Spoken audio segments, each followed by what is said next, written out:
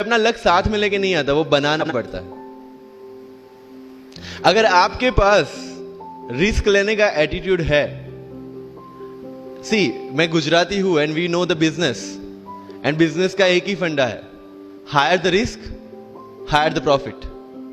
सो अगर 8:30 को आपका एक्सीडेंट होता है और 9 o'clock आप मेंस की एग्जाम देने जा सकते हैं, इंटरव्यू से पहले 1 महीने तक आप हॉस्पिटलाइज्ड है और उससे 1 वीक पहले आप दिल्ली जाके उसकी प्रिपरेशन कर सकते हैं, तो luck has to come with you. उसको आना पड़ेगा और आपको आईपीएस बनाना पड़ेगा।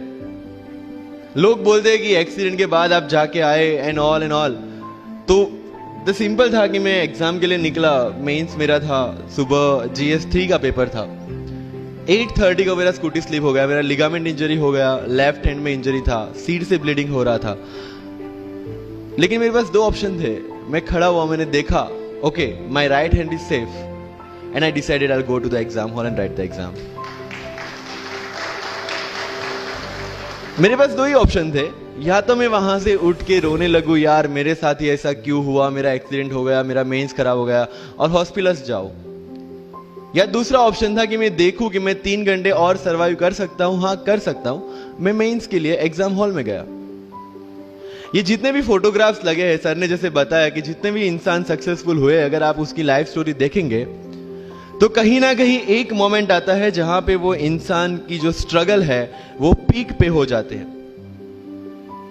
वो इस मोमेंट पे आपको डिसाइड करना है कि आपको वहां से यू टर्न लेना है या आपको वहां से आगे निकलना है। इन सब लोगों ने डिसाइड किया कि उनको वहां से आगे निकलना है, एंड दैट इज द फंडा ऑफ लाइफ। सक्सेस उन्हीं को मिलता है जो इस स्ट्रगल वाले मोमेंट से आगे निकलने की सोचते हैं। जब भी आपको लगे कि आपके सिर पे बहुत मुसीबत है, जब भी आपको लगे कि आप हर तरह से गिर चुके हैं, जब भी आपको लगे कि आपके पास कोई ऑप्शन नहीं है, तब एक चीज आप अपने दिमाग में लाइएगा कि यही मोमेंट है जहां से आपकी तकदीर बदलने वाली है।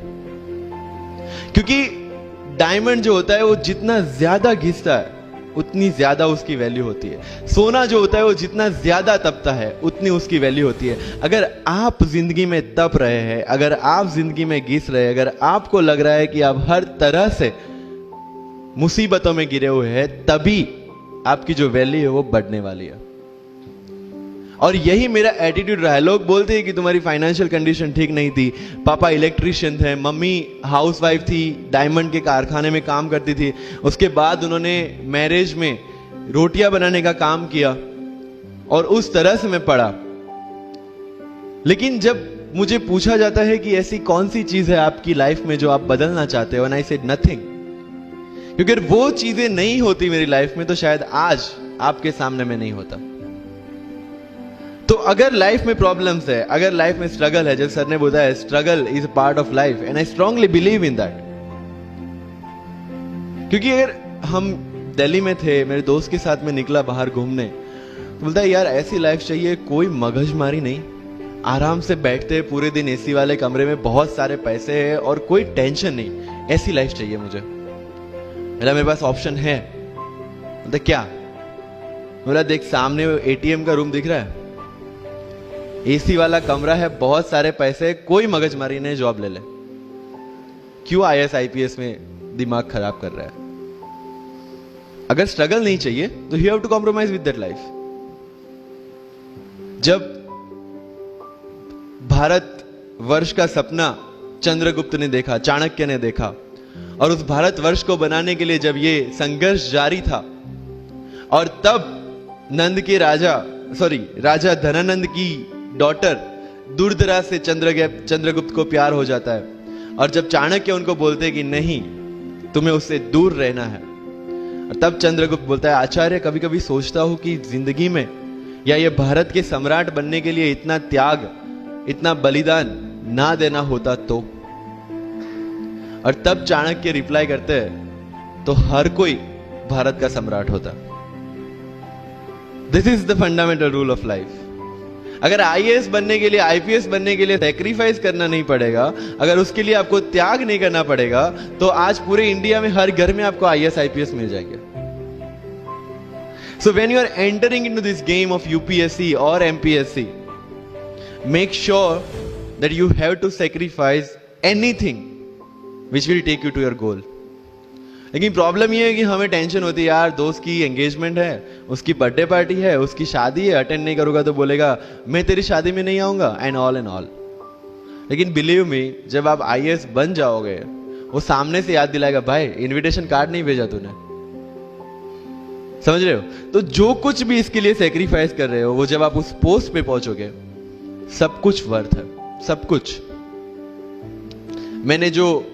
मेरा इंटरव्यू था UPSC का, मुझे एग्जैक्ट डेट याद है, 23 मार्च को मेरा इंटरव्यू था. 20 फरवरी को मुझे हॉस्पिटल में एडमिट किया गया क्योंकि मुझे इन्फेक्शन हो गया था बॉडी में, एंड बहुत हाई फीवर था, तो IV के अलावा कोई ऑप्शन नहीं था. 1 मार्च को ठीक होके मैंने सोचा चलो दिल्ली निकलते हैं. 2 मार्च को मैं दिल्ली पहुंचा. 3 मार्च को वापस से टॉन्सिलाइटिस का अटैक होने की वजह से फ्लाइट लेके वापस से पालनपुर, अहमदाबाद. Again hospitalization. 15 मार्च को I got relieved from the hospital. 16 मार्च को मैं दिल्ली पहुंचा और 23 मार्च को I gave my UPSC interview.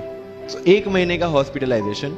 उसके बाद जब दिमाग में ये था कि मेरे साथ जो लोग इंटरव्यू दे रहे हैं वो 1 महीने से प्रिपरेशन कर रहे हैं, एंड 1 महीने से मैं हॉस्पिटल में था, again I thought this is the moment to prove yourself. I went to the interview और पूरे इंडिया में 2nd highest marks in interview.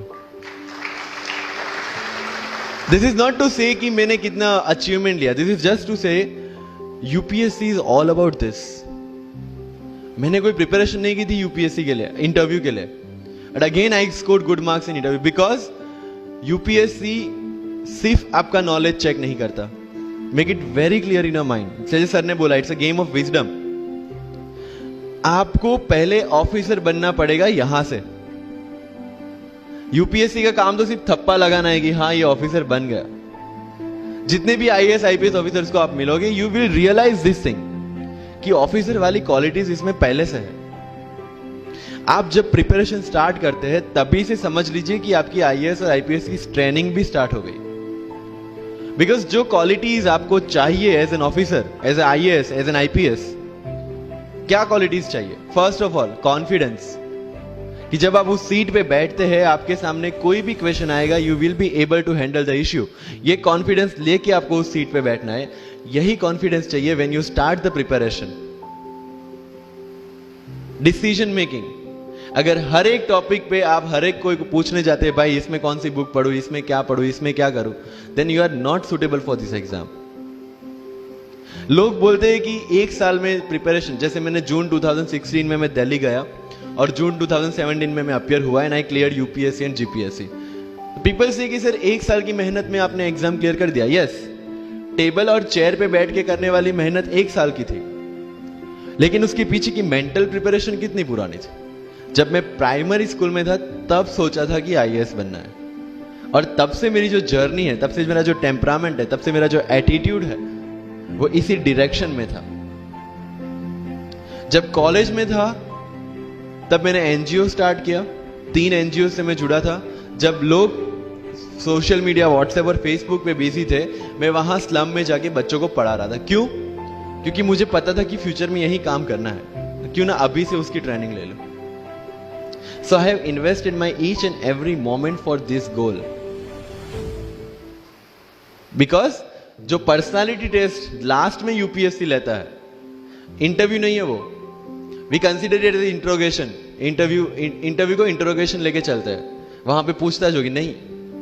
अगर UPSC के इंटरव्यू में 10 में से 9 क्वेश्चन के आंसर भी आप सॉरी सर और sorry ma'am, I don't know कह के देते हैं, उसका कोई इंपैक्ट नहीं पड़ता.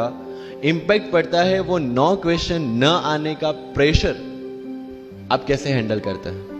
आपके पसीने छूट जाते हैं या आप वही टेम्परामेंट के साथ इंटरव्यू कंटिन्यू करते हैं. मार्क्स उस चीज के, मार्क्स है आपकी सोच के. एक ऑफिसर के तौर पे जब आपको IAS या IPS की सीट पे बिठाया जाएगा, how will you treat the citizens of this nation? What will be your attitude to each and every person who is going to come and meet you? These things are being tested during UPSC interview.